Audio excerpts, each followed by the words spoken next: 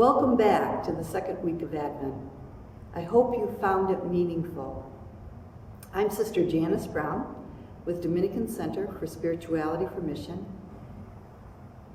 and I'm also your host. This second week of Advent has a theme of God's love overflows. Take some time again to be with what you hear and with what you read. Our guide is Sister Nancy Ann Turner. She's a Dominican sister from Adrian. And Nancy Ann is going to take us into exploring how God's love overflows as we live into who God calls us to be. I wish you love on this journey. Advent, a season of birthing and loving, loving and birthing. From St. Luke, prepare the way of the Lord. And from Meister Eckhart, give birth to the Son of God in our time and in our culture. We are all meant to be mothers of God. You know, Advent has always stirred me, intrigued me, and changed me. Certainly, there were years when I felt called to just be still, be quiet, and be waiting. Christ was coming. As I have grown older, I am still called to be still, be quiet, and be prayerfully waiting. But there is a new dimension, a new call, a new energy I sense. I am not just passively waiting. I am called to be about something more. This year, I want to go deeper.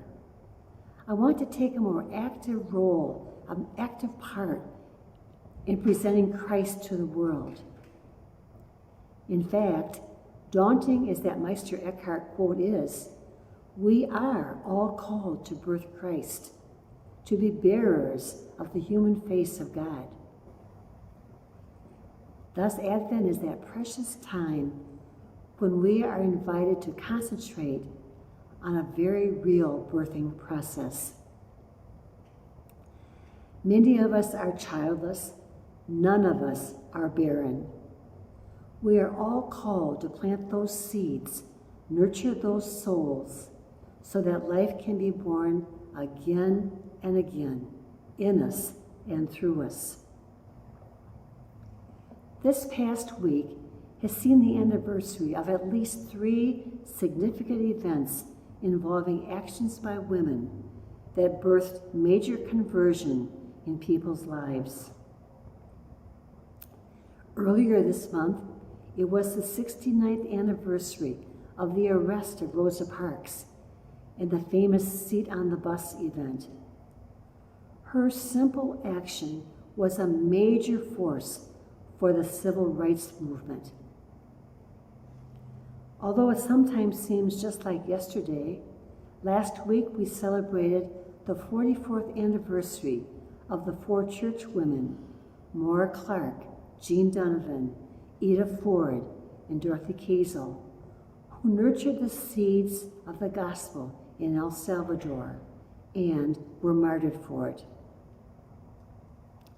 The same past week, we celebrated the 44th anniversary of the death of Dorothy Day, who co-founded the Catholic Worker Movement and who offered hospitality, hope, welcome, and gospel living to so many people. In all 3 of these anniversaries, Rosa Parks, Dorothy Day, and the 4 church women, love and courage and faith were planted like seeds and birthed life that has rippled around the entire world, spreading hope and heroism 100-fold, 1,000-fold. This says to me that I don't just passively observe Advent. I need to be an active participant in welcoming and birthing life. This is that wonderful creative time when, in the mystery of winter, God can use me and you to make present the Christ and give birth to hope and new life. As I ponder this awesome gift of the child Jesus being born, I wonder why all children cannot be seen as a gift. As I ponder the role Mary had in the birth of Jesus, I wonder what her support system was. Who was her community? Certainly our God was with her always, but surely Mary had some special friends, special support, who gave her encouragement during her pregnancy. This thought reminded me from my own work in Detroit of how important support of new mothers is. Birthing a child can be a joyous, loving event, but also can be a time of need and great vulnerability. I cannot do huge projects, but are there some mothers or other people that I could be more present to? I have noticed a number of articles written recently on the widespread loneliness in this country, this world. So many people feel no connection with other human beings. Could not Advent be a time that I resolve to write more notes, place more calls, plan more visits? Thus, I am both preparing the way of the Lord for me and for the receiver of my love and time. I would like to share a reading from Catherine Hughes, and I quote, "Advent does not pull us out of the world to wrap ourselves in the warm fuzzies of the season. Indeed, we must also hear the cries of anguish this Advent. There they are, the cries of poor parents for their children's future, a future made bleak by the cycle of poverty and national neglect, and growing insensitivity to children's health and education needs. Advent is pregnant with a promise of new beginnings. We must listen to the voice of our people and our earth. We must listen, we must create, and we must be about birthing hope and new life for all." End of quote. You know, we have heard these Advent readings for years. We have journeyed many Advents. We must try to find new meaning in them. Go deep, deeper. What do they say to us today?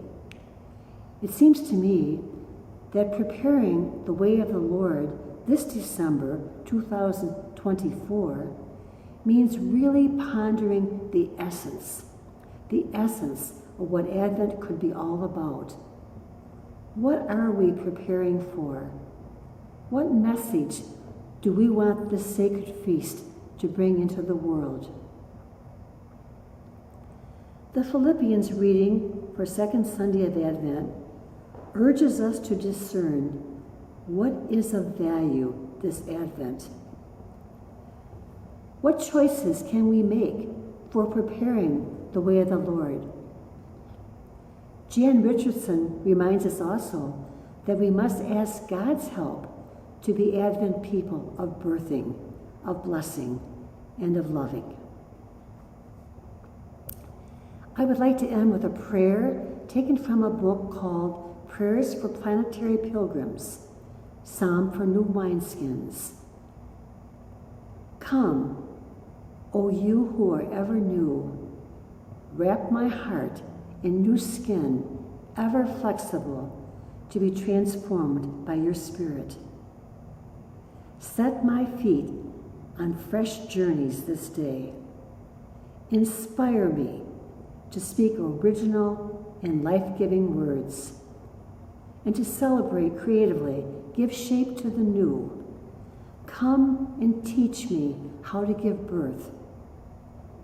Amen. And so in closing, remember Advent can only enhance our celebration of Christmas. So go in peace. May your presence during these sacred days of Advent Be a shining star of peace and love to your family, your friends, the earth, and our whole global community. Be a blessing. Give birth.